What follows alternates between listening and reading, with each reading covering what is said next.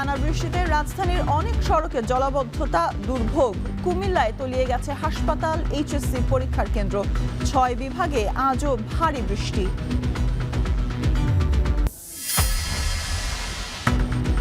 বৃষ্টি কমায় বন্যা পরিস্থিতির উন্নতি হলেও চট্টগ্রাম বিভাগে এখনও প্লাবিত নিম্নাঞ্চল।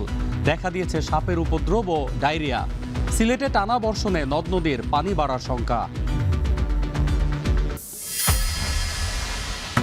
জলবায়ুর নেতিবাচক প্রভাব মোকাবিলায় বৃক্ষরোপণের আহ্বান প্রধানমন্ত্রীর। বরিশালের গৌর নদীতে কর্মসূচির উদ্বোধন। ফ্যামিলি কার্ডের মাধ্যমে সমাজে গুরুত্বপূর্ণ পরিবর্তনের আশা।